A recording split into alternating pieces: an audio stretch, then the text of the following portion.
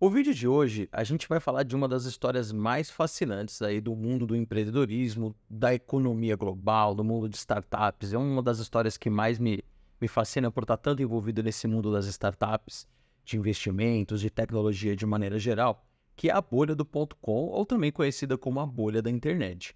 Mas, bom, antes da gente entrar na história do que aconteceu lá atrás, no fim dos anos 90, começo dos anos 2000, eu vou pedir para você se inscrever no meu canal, que o canal é novo. Tá começando, mas assim, eu pretendo fazer bastante coisa legal nas próximas semanas. Então, se inscreve aí no canal, deixa um comentário, dá um like, que aí assim mostra pra gente que a gente tá indo na direção correta, né? Eu acho que é legal a gente começar essa história contextualizando, né? O que era o mundo antes dessa bolha do ponto .com, né? A gente via aí as maiores empresas do mundo serem empresas mais tradicionais, empresas que já eram as maiores ou entre as maiores do mundo há muitas décadas, até séculos talvez. A gente tinha empresas gigantescas do mercado tradicional, empresas que já eram muito grandes há muito tempo, né, muitas décadas e tal. Alguns exemplos, acho que a maior empresa nessa época, antes da bolha.com, meados aí dos anos 90, era a ExxonMobil, né, empresa de óleo e gás, com postos de gasolina, etc., mais esse ramo de petróleo, que é um ramo que sempre envolveu muita grana, né? E aí, obviamente que a gente tinha outras empresas, GE, né, General Electric, a gente tinha, sei lá, Ford, por exemplo, empresa de carro. A gente tinha, por exemplo, na área da tecnologia mesmo, a IBM era uma empresa muito grande, mas uma empresa mais corporativa, mais hoje em dia, né, principalmente eles são bem conhecidos, mas naquela época também como uma empresa mais corporativa. E aí a gente via um mercado assim pungente, um mercado crescente, e de repente, ali meio dos anos 90, 95, 96, a gente começou a ver a internet realmente começar a ser usada pelas pessoas normais, né? Antes havia só texto, agora temos imagens. Um atrativo a mais e a rede passou a ser uma vitrine promissora para os negócios. E aí, como toda nova tecnologia, né, no mercado de empreendedorismo, a gente viu isso recente e ainda vai ver com o mundo de cripto, a gente vai ver, está vendo isso com o mundo de inteligência artificial. Inclusive, se você quiser que eu faça vídeos aí sobre inteligência artificial no empreendedorismo de maneira geral, startups de inteligência artificial, eu posso fazer. Mesma coisa para cripto, são assuntos que eu que eu gosto bastante, que eu domino. Então, se vocês quiserem, eu faço alguma coisa assim, nesse estilo, sobre esses assuntos. Toda vez que a gente tem uma tecnologia nova, disruptiva, existe uma euforia de mercado, né? E a bolha do ponto .com foi uma das maiores euforias de novas tecnologias que a gente já viu aí na história da humanidade. Muitas das empresas que hoje são as maiores empresas do mundo ali, estão sempre no top 10, que todo mundo conhece, vieram dessa época, foram sobreviventes dessa época, né? Dois exemplos deles é Amazon, eBay, mas é claro que mais pra frente a gente teve Google, na época também da bolha a gente teve o Yahoo, uma empresa gigantesca, que hoje em dia não tem a mesma relevância, mas já foi extremamente relevante, já valeu aí em torno de 100 bilhões de dólares no seu auge. Então, assim, são empresas que até hoje a gente ouve falar e vieram dessa época. Mas o que é o mais fascinante da bolha do ponto .com, na verdade, é o motivo dela ter sido chamada de bolha, é a euforia, né, que teve em cima dessa nova tecnologia na época, que era a internet. O que aconteceu na prática foi que qualquer pessoa que tinha qualquer ideia para fazer alguma coisa na internet conseguia dinheiro, e conseguia muito dinheiro. Então, assim, essa era uma fase, e a gente já viu isso em outros momentos da humanidade.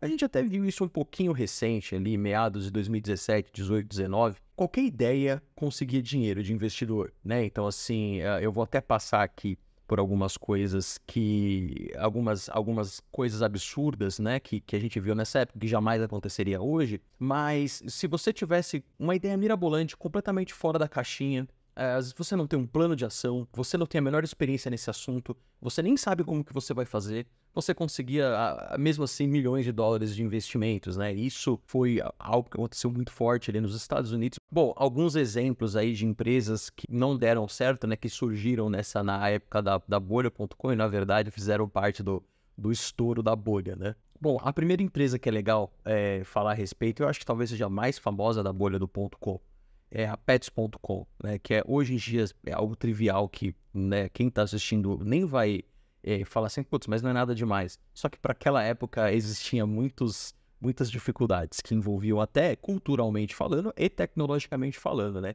Mas a Pets era basicamente um e-commerce de produtos na área de pets, obviamente. Nós temos até uma empresa no Brasil com um nome parecido listado em bolsa, mas a gente não está falando da mesma empresa, né? Estamos falando aí de uma empresa que faliu no mesmo ano que ela teve a IPO. Então, basicamente, era um e-commerce para entregar produtos aí da área de pets, e aí querendo trazer conveniência e tal. E eles investiram muita grana em marketing, campanhas de marketing multimilionárias, e aí acabou que era um pouco mais difícil do que eles imaginavam, né? E a empresa deu bem errado, né? Apresentando aqui alguns números e datas relacionados aí como que foi, né? Nos anos 2000, eu acho que vai ficar claro do nível de euforia da bolha do .com quando a gente olhar essas datas e esses números. O IPO da Pets foi no dia 9 de fevereiro do ano 2000. E eles chegaram a arrecadar nesse IPO 82 milhões de dólares. Né? Lembrando que eles não tinham muita coisa para mostrar. Era aquele negócio, cara. Você tá você tem uma ideia, né? E aí você faz IPO, recebe dezenas de milhões de dólares. Eles chegaram a valer 300 milhões de dólares depois do IPO deles. 300 milhões de dólares, né? Então arrecadaram 82 e chegaram aí no pico a valer 300 milhões de dólares. Lembrando que 300 milhões de dólares no começo dos anos 2000 é muito mais dinheiro hoje em dia. A empresa fechou as portas em novembro do ano 2000, ou seja, 9 meses, né? Abriram o capital em fevereiro, fecharam as portas em novembro, né? Eles torraram toda a grana em marketing, eles tinham um mascote que era uma meia, assim, que era, sabe, uma meia com uma mão dentro falando, como se fosse um fantoche, assim, algo bizarro, só que não conseguiram gerar lucros, não venderam o que acharam que ia vender, né? As coisas não funcionaram na velocidade que eles acharam que ia funcionar, o que é extremamente comum em bolhas aí de quando a gente vê novas tecnologias. Bom, um segundo exemplo que também é bem conhecido é o da Webvan, né? É basicamente uma empresa que queria fazer delivery de supermercado, então era um e-commerce de compras de supermercado, que hoje em dia, com o advento aí de iFood, Rappi e afins, pra gente é algo bem trivial, mas na época não era, né? E olha que engraçado, você vê que às vezes não basta você ter a ideia certa, né? Você tem que ter a ideia certa, a execução certa no momento certo, né?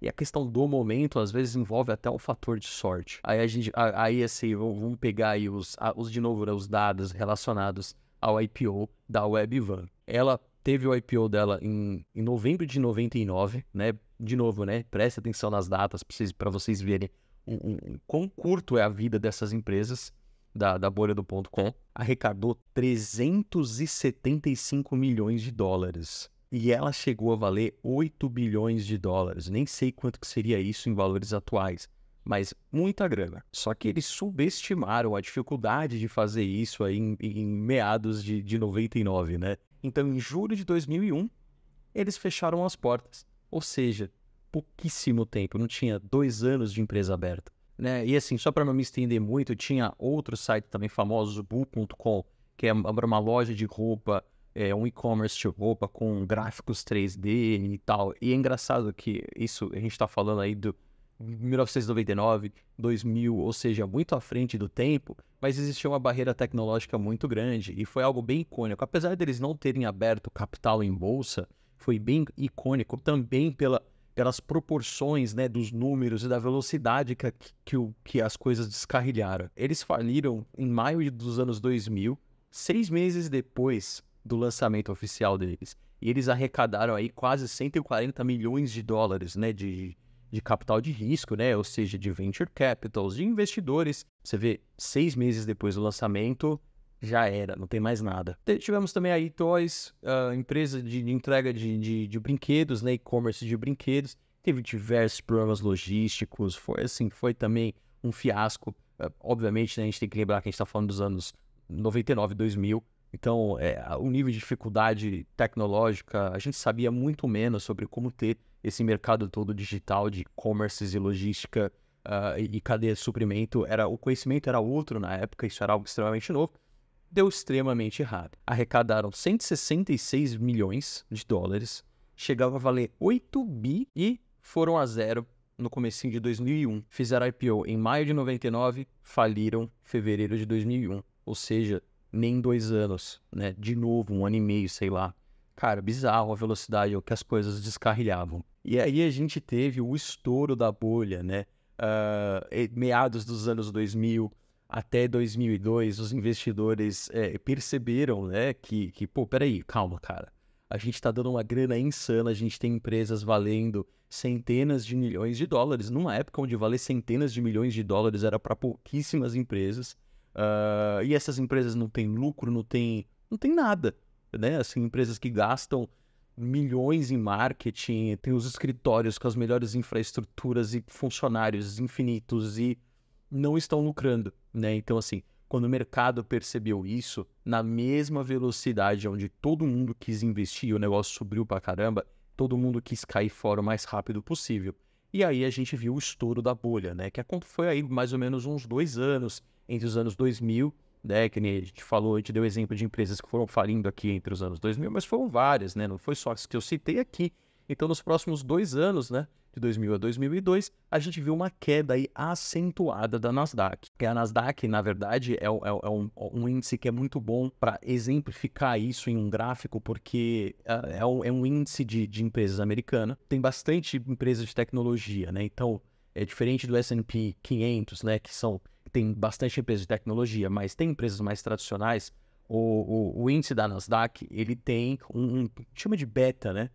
Que é uma sensibilidade de risco um pouco maior, então você vê mais acentuado esses movimentos de queda e de subida, né? Bom, com o gráfico que eu vou deixar aqui na tela, você vê a velocidade que tudo estava subindo nos anos 90, aí começa a euforia, sobe tudo, pá, e de repente o negócio, cara, só estoura, né? Eu acho que esse nome bolha, ele é bem propício. E aí, esse foi um evento que serviu para separar aí o joio do trigo, né? Então, as empresas que realmente tinham uma proposta sólida, uma equipe sólida, ou seja, né, independente de serem empresas digitais ou não, eram empresas que realmente tinham os fundamentos, né, de uma empresa sólida, que isso não muda do digital pro mundo tradicional, né? Assim, as empresas elas têm que ser lucrativas, elas têm que ter um plano sólido de crescimento, tem que ter pessoas capacitadas por trás, não basta uma ideia mirabolante, né? Eu sempre acabo falando isso nos vídeos aqui quando eu tô falando de startup, mas essa é a verdade. Na bolha do .com a gente viu isso muito bem exemplificado.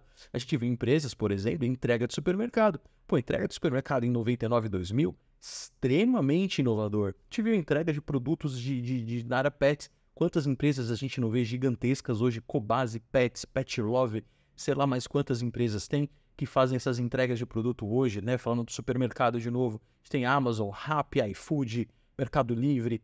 Então, assim, as ideias eram boas, mas a execução era péssima, o momento não era propício, a euforia foi gigantesca, foi desproporcional. E não à toa, o negócio ruiu e ruiu rápido. E aí, assim, eu gostaria de falar que o mercado aprendeu 100% com isso e que isso não se repetiria novamente. E eu acho que talvez exatamente nesses moldes não vai se repetir, até porque a internet ela não vai ser reinventada, mas a gente vira e mexe com novas tecnologias, principalmente quando a gente está num momento onde o mercado, globalmente falando, né, o mercado está propício a investimentos de alto risco, que normalmente a gente está falando aí de taxas de juros baixa.